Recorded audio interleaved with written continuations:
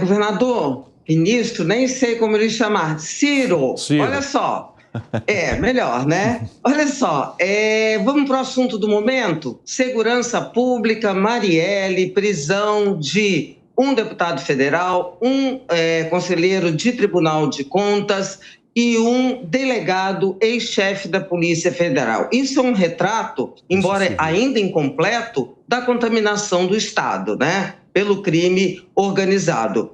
Um problema que não é só do Rio, é do país todo. No entanto, governador, o poder público, e aí eu vou dizer em todas as esferas, não me parece que esteja reagindo à altura, tomando a frente, dando a urgência a esse caso que ele merece. Eu queria uma análise sua, primeiro, se é tão emergente, assim, tão urgente quanto e ameaçador esse problema, quanto eu imagino, e como é que o poder público está agindo ou deveria agir na sua visão? Deixa eu só fazer uma pequena correção aqui, é delegado da Polícia Civil, Dora. Você acabou mencionando Polícia Federal, provavelmente por engano. O que eu falei? Foi Polícia Federal.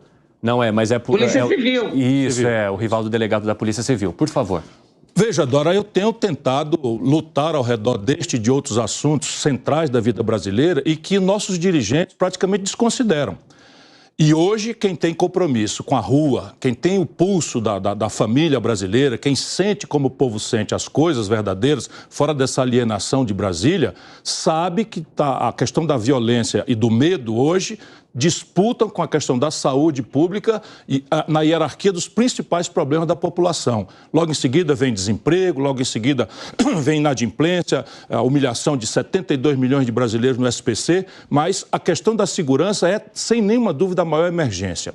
E nós assistimos, você muito jovem, eu comecei também muito cedo, nós assistimos à construção desse estado de coisas. E você tem toda a razão, porque isso choca no Rio de Janeiro, mas hoje é a realidade do Brasil inteiro. Eu estava dizendo aqui na pergunta anterior, Fortaleza e o Ceará todos estão pesteados de facções criminosas, mais ou menos naquele estágio que as facções estavam no Rio de Janeiro 15, 20 anos atrás.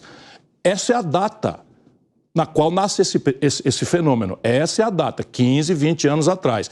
Constrangedoramente, acontece no período da democracia, constrangedoramente acontece durante o período da governança do lado progressista, de forma predominante, na medida em que Fernando Henrique se assumia como social-democrata, Lula se assume como de esquerda, Itamar Franco, um nacional-desenvolvimentista, entremeado aí com o Collor e com o Bolsonaro, você tem fracassando a esquerda e a direita. Por que digo fracassando? Porque isto tudo foi acontecendo, nós não assistimos a uma única inovação institucional. É impossível, eu começo a responder outra parte da pergunta, enfrentar a facção criminosa no estágio em que ela está organizada hoje. A facção de São Paulo praticamente já está na fase de lavagem de dinheiro, já não está mais na onda de homicídio, que é o que chama mais atenção. No Rio de Janeiro, há uma disputa de novo em que os homicídios voltam a surgir, porque a milícia está entrando no narcotráfico, e isso é a realidade do Brasil inteiro. E para onde vai o Brasil inteiro ante a absoluta omissão, volto a dizer, sob o ponto de vista da inovação institucional. A segunda, a orçamentação. Se você acha, como o povo brasileiro acha, que a segurança pública é uma prioridade, nós temos que olhar qual é o pedaço do orçamento que as autoridades destacam para enfrentar esse problema. O orçamento federal do ano Lula, no passado, foi menor do que a verba de publicidade. A verba de publicidade foi quase R$1 bilhão, envolvendo a Petrobras dentro, e a verba para a segurança pública, lato sensu, foi de R$863 milhões.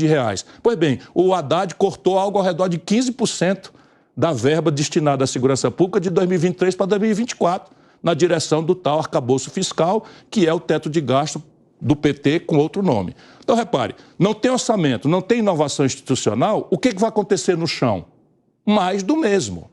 E aí nós estamos vendo onde é que isso vai chegar. Deixado assim impune, vai se entranhando na política. Então você tem gente do Tribunal de Contas, gente da Assembleia Legislativa, gente do Parlamento Federal, gente da magistratura, gente do Ministério Público. É um narco-estado que está nascendo no Brasil e a gente pode olhar isso no México. Tem que interromper isso agora. Como? Orçamentando de forma correta e fazendo algumas inovações institucionais. A primeira dela é cortar o exército de reserva da facção criminosa. O Lula fez uma lei copiando dos americanos, aceitando pressão dos americanos, a pretexto da guerra contra as drogas, 43.123, algo assim, enfim, é 43 mil e qualquer coisa, que basicamente estabeleceu a punição com cadeia de jovens pequenos traficantes. Claro que não é usuário essa discussão que o Supremo está fazendo. São pequenos traficantes cujo primeiro evento delituoso que os levou para a cadeia não teve nenhum componente de violência.